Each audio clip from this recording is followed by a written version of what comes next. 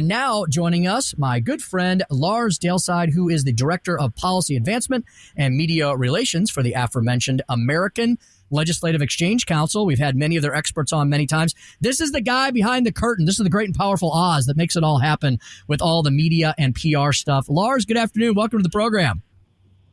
Appreciate you having me on, and I'm thinking I might be able to make a little hay on that Young Republicans trivia night. Oh, I'll have you out if you're like a ringer. You can sit at my table.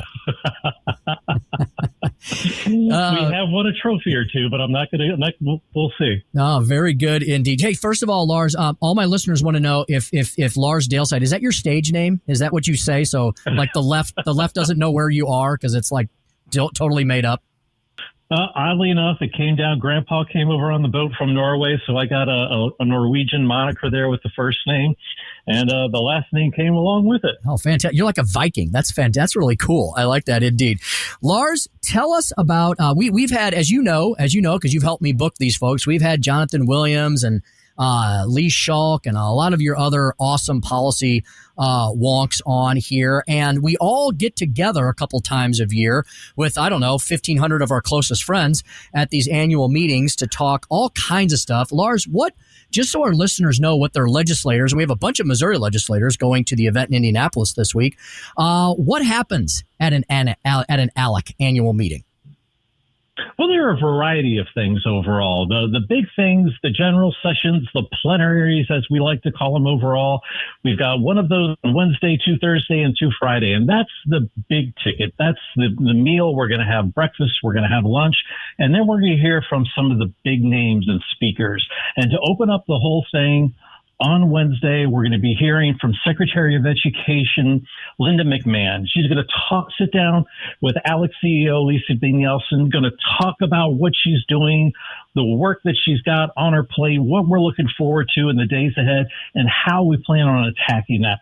And it's not just what she's doing with that, but it's how those of us out there working in the states, how we can have a hand in it too, and maybe help the process along. Mm-hmm. Lars, how exciting is it that, and ALEC, I always point out, is a nonpartisan, bipartisan, whatever you want to call it, organization. But how great is it to have a White House administration that is working hand in hand with a lot of the priorities and policies that ALEC has tried to advance and promote, not just for a few years, but for, the 5+ decades that it's been in existence? Well, it does make it a little bit easier for people to listen to some of the ideas that were going along.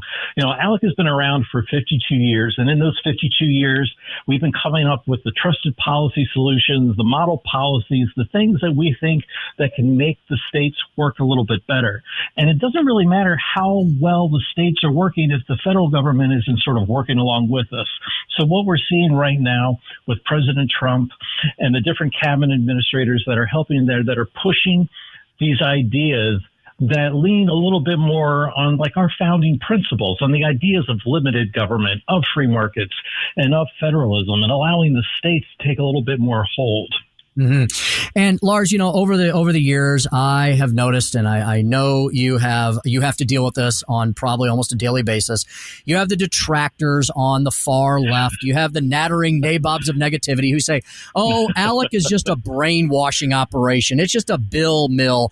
Lars, what I've seen, because I've been an ALEC member for almost 20 years, from what I've seen and observed, is that that's the opposite of what happened. It's the actual legislators that drive ALEC. It is a voluntary legislative membership driven organization, isn't it?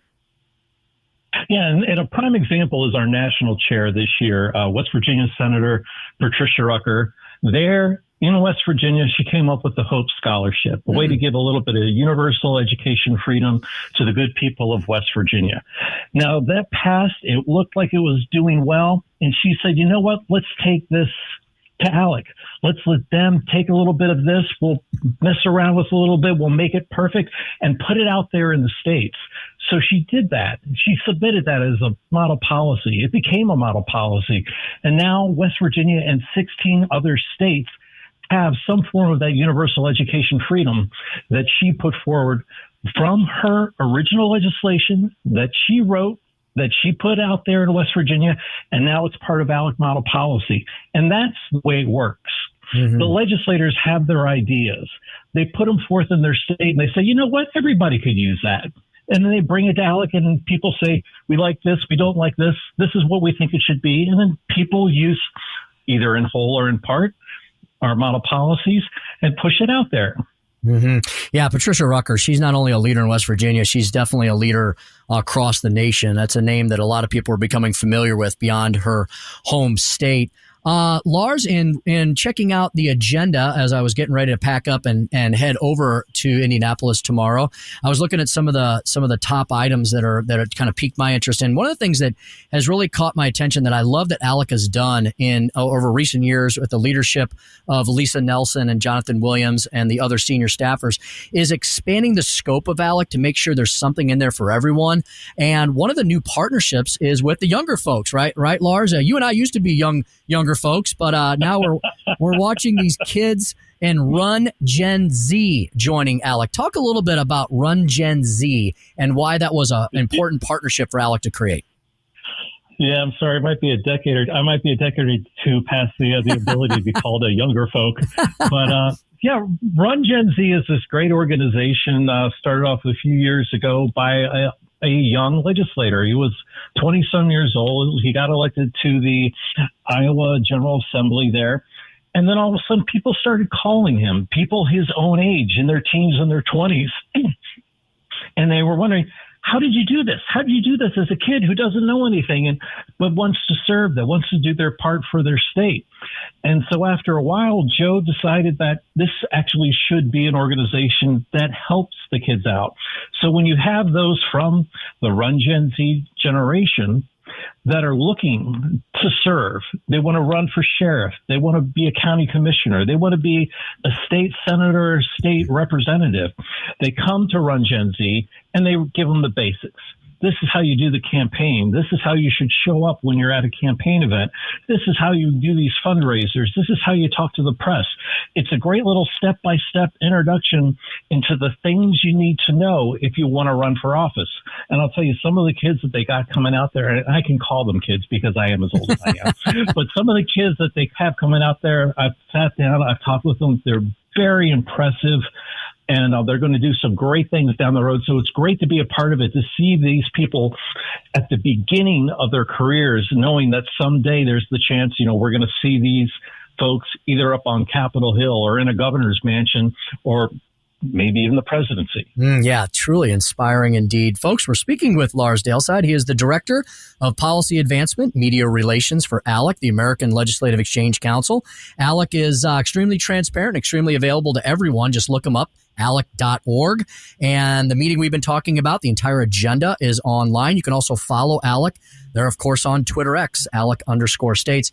Lars, I know that it's what's commonly referred to as the backbone of ALEC are the 10 task forces. Explain a little bit. What are those task forces? How do they operate? And don't they pretty much include like every possible major policy area that states deal with, right? Yeah, and that's been one of the fun things about coming in and working there. It's like, don't worry, there's only 12 different issues that you have to get familiar with and all the hundreds of issues that each of those are dealing with. But it's everything from the tax and physical to the judiciary to communications and technology. It's a little bit of everything in each and every field. And our task force directors are charged overall with understanding how these issues in these different categories apply to the states, what they mean, and how the states can help move these forward. And in fact, during this annual meeting, we're going to have the inaugural meetings of two of our latest task forces that just started up. There's the Veterans and Military Affairs Task Force, helping those who served or who are serving currently, dealing, with the civilian side of life, dealing with what's going on when it comes to care, when it comes to benefits and housing and other things. And then there's our Process and Procedures Task Force, which is going to deal with, I think Kitty Thompson is the one who's running that right now, and she said it's dealing with anything and everything where government can influence the outcome. A good part of this is probably going to be on the election integrity side of things. There's already a handful of model policies that we're moving underneath that jurisdiction. But there's a whole lot more that everybody's going to be discussing now. And with these task force, each of the legislators are assigned to one or two. They come in, they give their 2 cents on the variety of model policies that are being proposed, what they like, what they don't. And hopefully at the end, we're going to have a handful of new things. They're going to be able to go out there to the states for the people to use and hopefully make life just a little bit better.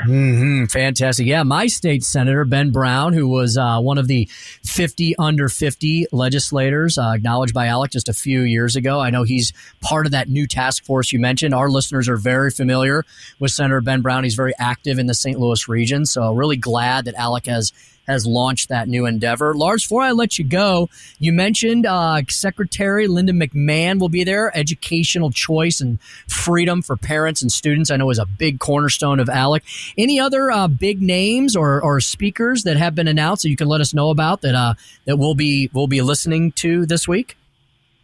I think they're still finalizing a handful of them, but one that I know for sure that we're hearing from is Dr. Arthur Laffer, the inventor, the man who behind the Laffer curve. We've got the Presidential Freedom Award from President Trump during the first term overall. He's not only a brilliant economic mind, and I know some people say economics, yay, that sounds fascinating. But when you hear it from Dr. Laffer, it is.